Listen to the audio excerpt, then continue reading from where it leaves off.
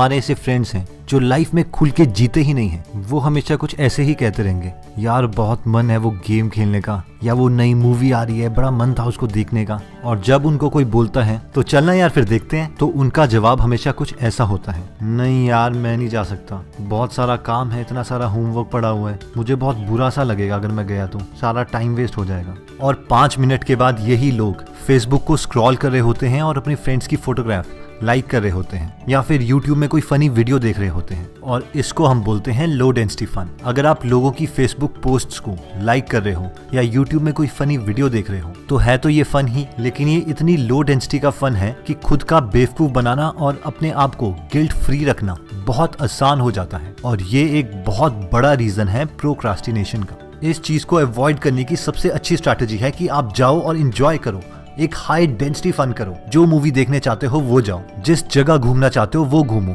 लेकिन अपने आप को कुछ कमिट करो। फॉर एग्जाम्पल, अगर एक वीकेंड है और आप पूरा दिन फ्री हो तो आप अपने को कमिट कर सकते हो कि हाँ मैं पूरा दिन पढ़ूंगा और शाम को 8 बजे अपने फ्रेंड्स के साथ मूवी देखने जाऊंगा। इससे होगा ये कि ये हाई डेंसिटी फन की डेडलाइन आपके ब्रेन को फोकस्ड मोड में ले आएगी, और जब आप एक्चुअल में हाई डेंसिटी एंजॉयमेंट कर रहे होंगे तो उस टाइम आपका सारा ब्रेन रिलैक्स होगा और सारी टेंशन भी रिलीज हो जाएगी। और मोस्ट इम्पोर्टेंटली आप अपनी लाइफ में दोनों चीजें अचीव कर पाएंगे, फन भी और काम भी। दोस्तों, नेक्स्ट टेक्निक है जब हर चीज फेल हो जाए देन ब्रिंग द पेन। दोस्तों, मनीष सेठी जो कि एक ब्लॉगर हैं, उन्होंने एक लड़की को हायर करा क्रेग्सलिस्ट से और उसे अपने साथ कॉफी शॉप में बिठाया और उसको इंस्ट्रक्शंस दी कि जब भी वो डिस्ट्रैक्ट हो या प्रोक्रास्टिनेट करें तो उनके मुंह में जोर के तमाचा दे। और आजकल ये वेरेबल डिवाइसेस पे काम कर रहे हैं जो इलेक्ट्रिक शॉक प्रोड्यूस करेगी जब भी हम अपने काम से डिस्ट्रैक्ट होते हैं। दोस्तों, हमें इतनी एक्सट्रीम में जाने की जरूरत नहीं है, ना ही इतना एक्सट्रीम पेन महसूस करने की जरूरत है, लेकिन इस टेक्निक को आप 2 तरीके से यूज कर सकते हो। पहला, थ्रू इमोशंस। इसके लिए आपको बस इतना सोचना है कि क्या होगा अगर आप अपने इस काम को या इस टारगेट को अचीव ना कर पाए, और इससे जुड़े सारे हुए नेगेटिव कंसिक्वेंसेस को आपको एम्पलीफाई कर देना है, ताकि इस पेन से आप इतने ज्यादा मोटिवेटेड हो जाएं कि डायरेक्टली अपने काम पे लग जाएं। सेकंड तरीका है यूजिंग बी माइंडर एप्लीकेशन। इस एप्लीकेशन में आप अपने लिए एक टारगेट फिक्स करते हैं, और अगर वो अपना गोल आप एक स्पेसिफिक टाइम में अचीव नहीं कर पाए तो ये साइट आपको मनी चार्ज करेगी जो कि आपने पहले से डिसाइड किया हुआ है। जैसे कि निक विंटर ने इस साइट में प्लेज किया है कि अगर वो इस साल बुक नहीं लिख पाए तो वो इस साइट को $7,000 पे करेंगे। अब ऑब्वियसली हमें इतने ज्यादा अमाउंट प्लेज करने की जरूरत नहीं है। हम डिसाइड कर सकते हैं कि इस वीकेंड तक अगर मैं ये चैप्टर खत्म नहीं कर पाया या इस गोल को अचीव नहीं कर पाया तो मैं $10 इस साइट को दूंगा। और इस डर से हमारा दिमाग फोकस्ड मोड में आ जाएगा और अपने टारगेट को पहले ही खत्म कर देगा। Next strategy is Pomodoro technique.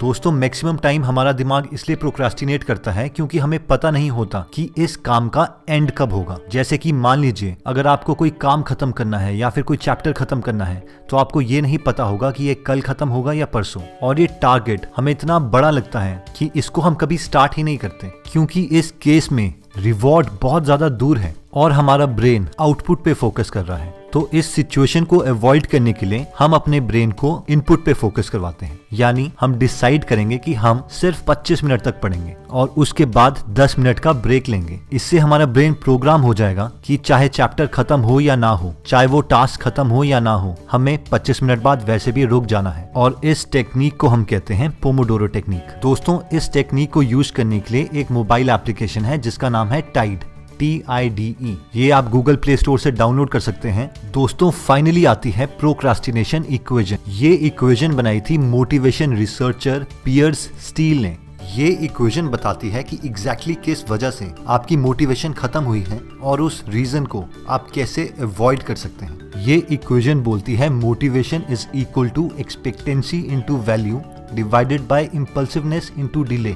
चलिए हम आपको इन चारों चीजों का मतलब समझा देते हैं ताकि आप अपने को और बेहतर जान सकें और जब चाहे मोटिवेट हो सके। इसमें सबसे पहले आता है एक्सपेक्टेंसी, यानी आप कितने ज्यादा कॉन्फिडेंट हैं कि आप उस टास्क को खत्म कर देंगे। अगर आप इसे इक्वेशन में देखें तो आप देखेंगे कि जितने ज्यादा आप कॉन्फिडेंट हैं, यानी जितनी ज्यादा आपकी एक्सपेक्टेंसी है, आप उतने ज्यादा मोटिवेटेड होंगे। नेक्स्ट इज वैल्यू, यानी वो टास्क आपके लिए कितना ज्यादा इंपॉर्टेंट है। तो जितनी ज्यादा उस टास्क की वैल्यू है उतनी ज्यादा आप में मोटिवेशन होगी। नेक्स्ट इज इम्पल्सिवनेस, यानी अगर आप बिना सोचे समझे डिसीजंस ले लेते हैं तो आप बहुत ज्यादा इम्पल्सिव हैं। फॉर एग्जाम्पल, अगर आपने पूरे साल एक गाड़ी खरीदने के लिए पैसे जमा किए थे और suddenly at the end movement आप वो सारे पैसे अपने आउटफिट, अपने कपड़े खरीदने के लिए खर्च कर देते हैं, तो it was an impulsive decision. तो जो ये इम्पल्सिवनेस है ये आपकी मोटिवेशन डिक्रीज करती है। फाइनली आता है डिले, यानी किसी टास्क को अचीव करने में और आपको अपना रिवॉर्ड पाने में कितना टाइम लगेगा। जैसे कि मान लीजिए आपका एग्जाम 6 महीने के बाद है या आपकी प्रमोशन 6 महीने के बाद है,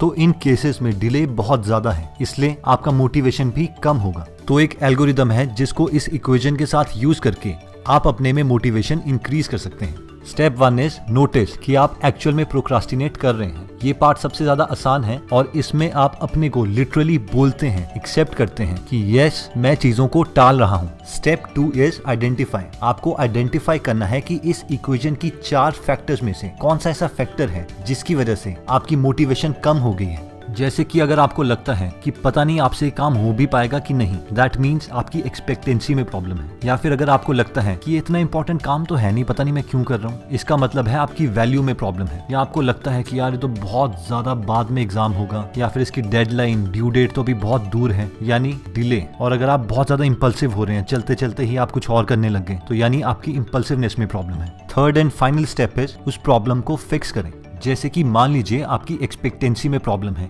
यानी आपको डाउट है कि आपसे ये काम हो भी पाएगा कि नहीं, तो आप उस बड़े काम को बहुत छोटे छोटे टुकड़ों में तोड़ सकते हैं।